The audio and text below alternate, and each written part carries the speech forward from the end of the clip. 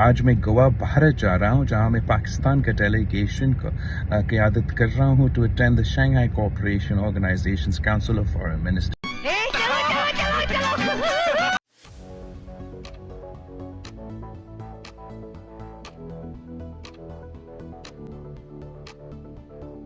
चलो चलो जाके इलाज कराओ।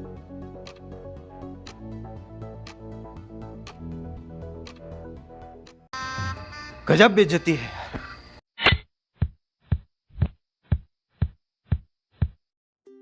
हेलो इंडिया फनी बॉन्स के एक नई वीडियो में आपका स्वागत है।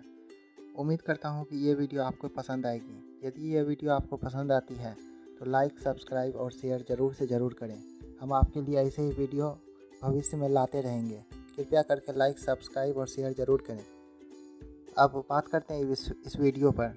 जैसा कि आपको मालूम हो कि भारत में SCO की मीटिंग हो रही है और सभी देशों के फॉरेन मिनिस्टर भारत तो आए ही, साथ में पाकिस्तान के फॉरेन मिनिस्टर जिनका नाम है बिलावल भुट्टो, इनका नाम बड़ा अजीब है, ये भी भारत आए हैं।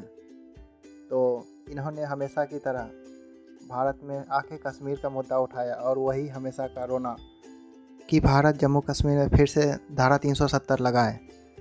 और भारत के फॉरेन मिनिस्टर जो कि हैं S जयशंकर साहब, उन्होंने भिगो कर उन्हें हालत ख़राब कर दी है। वो दौड़कर पाकिस्तान चले गए हैं। आइए वीडियो देखते हैं। Thank you. Hello, my name is Munize Jahangir. I'm from Pakistan, from Aaj TV, and my question to you over here is...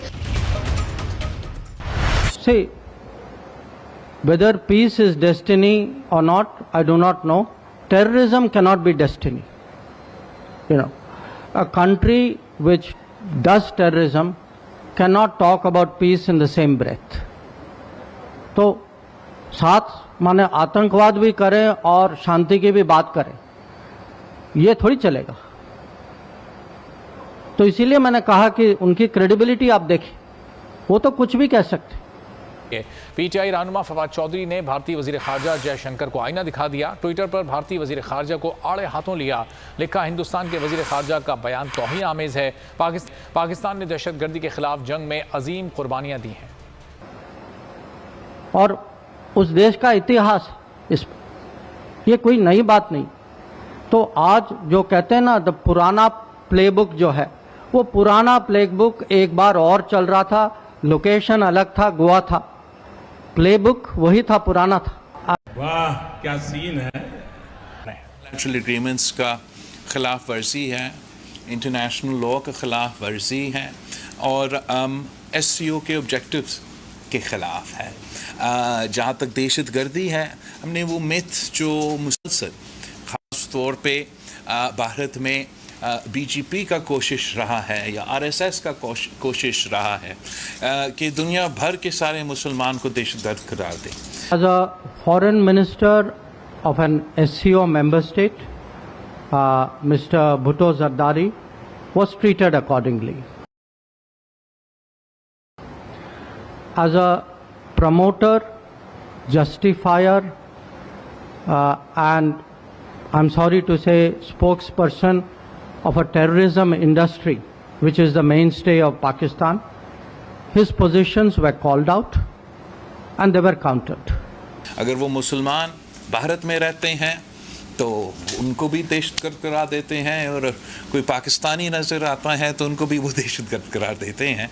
उस मिथ को तोड़ने की कोशिश की गई और मेरा ख्याल में जब शहीद मोहतरमा बेनज़ीर भुट्टो उनके बेटा उनके सामने बैठता है तो जितना वो उस मिथ को तोड़ने की कोशिश की गई और मेरा ख्याल में जब शहीद मोहतरमा बेनज़ीर भुट्टो उनके बेटा उनके सामने बैठता है तो जितना वो इस किस्म के इल्ज़ामात लगाने की कोशिश करे वो उतना ही काफ़ी होता है उनको इस टॉपिक पे इस लिहाज से जवाब। Including at the SCO meeting itself. जो आपका जो दूसरा सवाल जो था कि from what I understood that India and Pakistan should sit together. You know, victims of terrorism do not sit together with perpetrators of terrorism to discuss terrorism. Victims of terrorism defend themselves, counter acts of terrorism, they call it out, they delegitimize it, And that is exactly what is happening.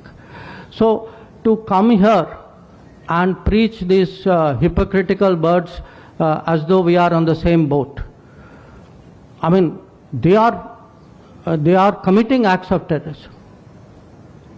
And, you know, I don't want to jump the gun on what happened today, but I think we're all feeling equally outraged. Provincial level पे भी और national level पे भी हमारा जो Hindu Pakistani candidates है वो general elections में पाकिस्तान पीपल्स पार्टी के टिकट पे लड़ के सूबाई मेंबर्स भी बनते हैं, सूबाई वज़ीर बनते हैं, नेशनल असेंबली के लिए भी लड़ते हैं, तो वहाँ भी मिनिस्टर ऑफ स्टेट बन जाता। मैं हैरान हुआ मुझे पता चला कि पूरा बीजेपी, पूरा भारत, जहाँ दुनिया भर का सबसे बड़ा मुसलमानों का अक़लियत का पॉपुलेशन है, और बीजेपी की तरफ से ना उनका अपर हाउस में और ना उनका लोअर हाउस में एक मुसलमान है। तो मैं ये चीज़ देख के हैरान भी हुआ, खुश हुआ कि मुझे ये मौका मिला कि मैं भारत का मीडिया से भी गुफ्तगू करें।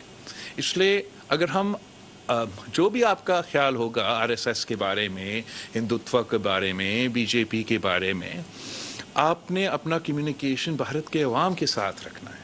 तो मेरा ख्याल में भारत के मीडिया के साथ इंगेज करना, हमें ये भी मौका मिला कि वो झूठ जो प्रोपेगेंडा भारत के अवाम को खिलाया जाता है उसको भी एड्रेस करने का मौका मिला। तो ओवरऑल उस लिहाज से, मल्टीलैटरल के लिहाज से, एससीओ का लिहाज से अपना मकसद, अपना मौक़िफ़ सामने रखने के लिए। Not with a country which is nothing to do with the G20.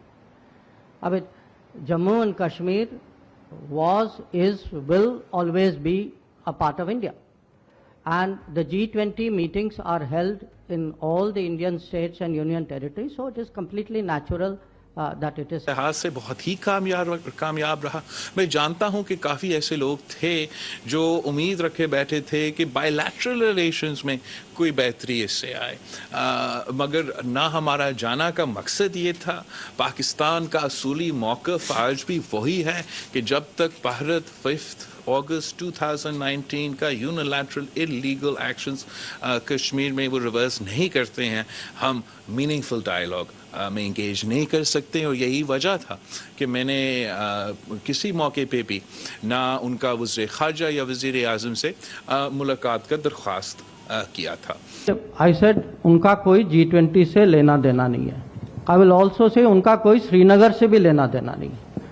There is only one issue to discuss on Kashmir, which is when does Pakistan vacate its illegal occupation of Pakistan occupied Kashmir. That is the only issue up for discussion. I don't think there is a G20 issue to debate with anybody. Certainly not with a country which is nothing to do with the G20. I mean, Jammu and Kashmir was, is, will always be a part of India. And the G20 meetings are held in all the Indian states and union territories, so it is completely natural that it is held there.